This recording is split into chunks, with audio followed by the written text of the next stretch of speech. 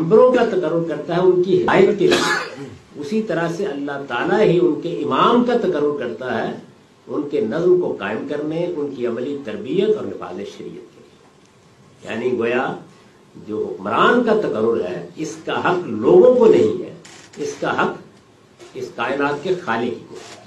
जिस तरह वो अंबिया का तकर्रुर करता रहा है, हमसे तो नहीं पूछता, या हम पैगंबरों का इंतखाब नहीं करते, इसी तरीके से वो इमाम का भी तकर्रुर करता है। इमाम का तकर्रुर कैसे करता है? खुदा के रसूल के जरिए से करता है। यानी वो अपने रसूल से ये कहता है या अपने नबी से ये कहता है कि फलां शख्स को इमाम मुकर्रर कर दिया जाए। इस चीज को अवाम की सवाबदीद पर न छोड़ा जा सकता है और ना अवाम की सवाबदीद पर छोड़ के हम वो खैर पैदा कर सकते हैं जो होना चाहिए एक इमाम के तकर्रुर के नतीजे में। इस वजह से शिया इल्म कलाम में इमाम नुमाइंदा इलाही है और वो जो हुकूमत कायम करता है वो हुकूमत इलाही है, यानी वो खुदा की हुकूमत है, उसमें अवाम का तकर्रुर में कोई दखल नहीं होता। और इसकी फिर वो एक तरतीब बयान करते हैं कि रसूलुल्लाह सल्लल्लाहु अलैहि वसल्लम ने अपने बाद सैयदना अली रजी अल्लाह अन्हु को इमाम की हैसियत से मुकर्रर कर दिया। यानी अब हम कहाँ पहुंच गए? पहले उनके उसूल खमसा हमने समझे, उन उसूल खमसा के अंदर से चौथी चीज इमामत ज़ेर बहस है।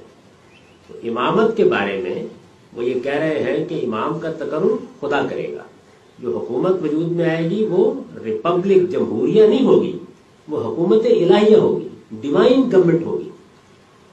खुदा के कानून के मुताबिक खुदा की हिदायत में फैसले करेगी।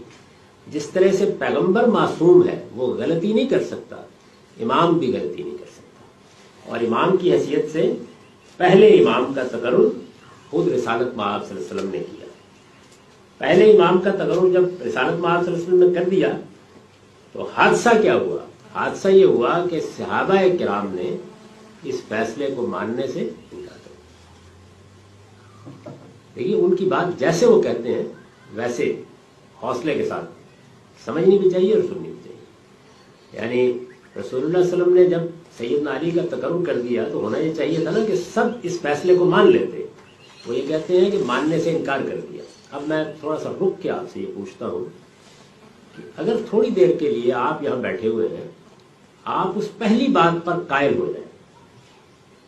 पहली बात क्या है कि इमाम का तकर्रुर लोग नहीं करेंगे, और बड़े कमी दलाइल से ये बात मालूम हो गई कि ये बात तो ठीक लगती है, इसलिए कि अगर इमाम का तकर्रुर लोग करेंगे तो अपने जैसे ही का तकर्रुर करें। यानी इस वक्त यही सूरत हाल है ना। हम जिस इमाम का तकर्रुर करते हैं इस वक्त पाकिस्तान में, मालूम है ना कैसा करते हैं। तो इमाम का तकर्रुर लोग करेंगे तो ऐसे ही करेंगे, इसका तकर्रुर करने का हक उनको होना ही नहीं चाहिए, क्योंकि ये तो खुदाई मामला है। अल्लाह की शरीयत नाफिज करनी है, लोगों की मजहबी तरबियत करनी है, उनको एक खास मेयार पर कायम रखना है। इसलिए अल्लाह ने ये फैसला किया, कर दिया, और रिसालत मआब सल्लल्लाहु अलैहि वसल्लम के जरिए से इसका ऐलान कर दिया। अगर आप भी ये मानते हो तो जिन लोगों ने इस फैसले को नहीं माना उनके बारे में क्या राय करनी चाहिए? ठीक है ये बात? अच्छा, जिन्होंने नहीं माना उनके बारे में आप जब राय कायम करेंगे तो वो राय जो कुछ भी होगी वो कुछ कम सख्त नहीं होगी। यानी अगर मैं बहुत शाइस्ता अल्फाज भी इस्तेमाल करूं तो ये कहा जाएगा ना कि गसब कर दिया गया, यानी कम से कम ये लफ्ज़ तो बोला जाएगा। तो गासिब लोगों के बारे में आप क्या करेंगे? वही करेंगे जिसको वो तबर्रा और तवल्ला के लफ्ज़ में बयान करते हैं कि जो हकीकी इमाम है उसके साथ आपकी गायब दर्जा मोहब्बत होनी चाहिए। उसके लिए आप अपने जान माल कुर्बान करने के लिए तैयार हो, क्योंकि वो खुदा का मुकर्रर करता है। और जिन्होंने ये गसब किया है उनसे आपको बरात भी करनी है, उनका ये जुर्म बयान भी करना है, और लोगों को नस्लन बाद नस्लन बताना भी है कि ये कितना बड़ा जुर्म है जिसका इर्तिकाब किया। मेरी बात वाज़ेह हो गई? ऐसा ही होना चाहिए ना, आप भी यही करेंगे।